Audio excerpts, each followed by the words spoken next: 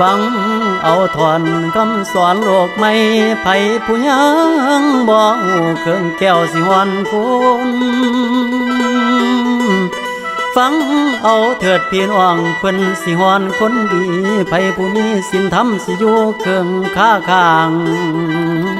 ไผเดินทางเด้อผิดเส้นทำตัวเป็นคนสัว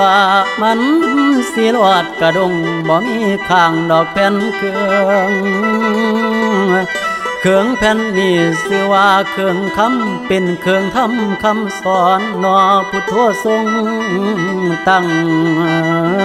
เพิ่นได้วางเอาไว้บนพื้นโลกโลกากว้างใหญ่เป็นเครื่องคำตั้งแต่เข้าพระองค์เจ้าว่ามา